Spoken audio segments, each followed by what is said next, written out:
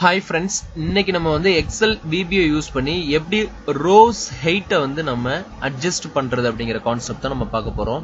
இப்போ பாத்தீங்கன்னா நம்ம கிட்ட வந்து A1 ல இருந்து A10 வரைக்கும் நம்ம சேனல் நேம் இருக்கு. இப்போ இந்த இதுல வந்து பாத்தீங்கன்னா இந்த row height வந்து நான் adjust பண்ண போறேன். இப்போ இந்த entire row நம்ம செலக்ட் பண்ணிட்டு ரைட் கிளிக் பண்ணிட்டு இப்போ entire row நான் செலக்ட் பண்றேன். just right click பண்றேன். இங்க வந்து பாத்தீங்கன்னா row height ன்னு இருக்கும். ஓகேங்களா? இத கிளிக் பண்ண உடனே உங்களுக்கு ஒரு விண்டோ ஓபன் ஆகும். இந்த விண்டோல பாத்தீங்கன்னாக்க height வந்து 15 இருக்கு இல்லையா? இப்போ ஃபார் எக்ஸாம்பிள் நான் 150 கொடுக்கிறேன். ஃபர்ஸ்ட் row மட்டும் நான் செலக்ட் பண்ணிருக்கேன். இப்போ என்டர் கொடுக்கிறேன். இப்போ எனக்கு இந்த ரோவோட height பாத்தீங்கன்னா அட்ஜஸ்ட் ஆயிருக்கும். ஓகேங்களா? இப்போ நான் undo பண்றேன். அதர்வைஸ் இப்போ இந்த இடத்துல இந்த கர்சரை வந்து இந்த கார்னர்ல வச்சீங்கன்னா இந்த நம்பர்ல இப்படி வரும். இத நீங்க ட்ராக் டவுன் பண்ணீங்கன்னா உங்களுக்கு row height வந்து adjust ஆகும்.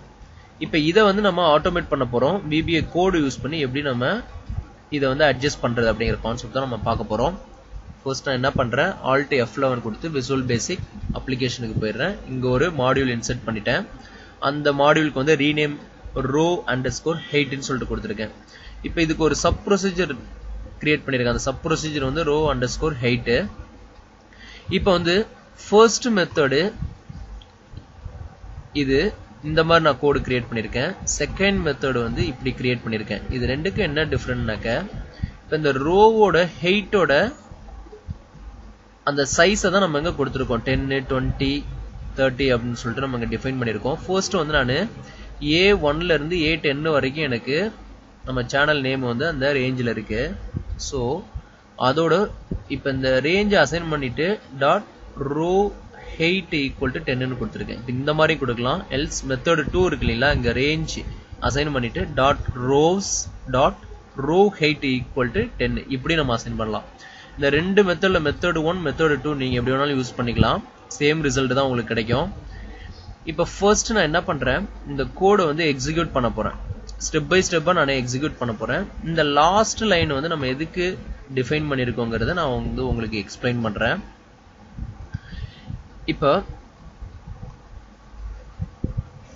F8 கொடுத்து நான் ஒவ்வொரு லைனா ஸ்டெப் பை ஸ்டெப்பா நான் எக்ஸிக்யூட் பண்ண போறேன். F8 பிரஸ் பண்றேன். இப்போ ஃபர்ஸ்ட் லைன் கிராஸ் ஆன உடனே என்ன ரிசல்ட் கிடைக்குன்னு பாருங்க.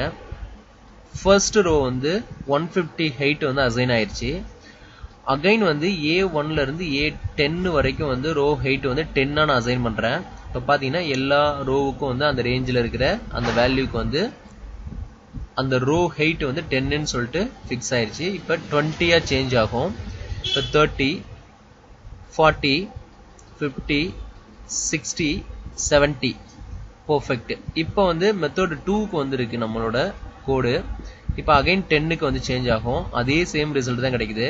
20, 30, 40, 50, 60, 70 ரோ ஹைட் வந்து ஃபிக்ஸ் ஆயிருக்கு. இப்போ வந்து லாஸ்ட் பாத்தீங்கன்னா ஆட்டோ ஃபிட். இது எதுக்காக நம்ம கொடுக்கணும்னா, இப்போ நமக்கு வந்து ரோ ஹைட் வந்து இப்படி 70 ல வந்து ஃபைனலா ஃபிக்ஸ் ஆயிருக்கு. இப்போ ரேஞ்ச் A1 ல இருந்து A10 dot rose dot auto ஃபிட்ங்கிறது எதுக்குனாக்க இந்த டெக்ஸ்ட் எவ்வளவு ஹைட் இருக்கோ அதுக்கேற்ற மாதிரி அந்த செல்லோட ஹைட்டும் வந்து நமக்கு கரெக்டா வந்து ஆட்டோ ஃபிட்டா வந்து ஃபிக்ஸ் ஆகும். இப்போ இந்த கோட் எக்ஸிக்யூட் பண்ணும்போது என்ன நடக்குதுன்னு பாருங்க. F8 கொடுக்குறேன். பெர்ஃபெக்ட்டா வந்து ஆட்டோ ஃபிட் ஆயிருச்சு.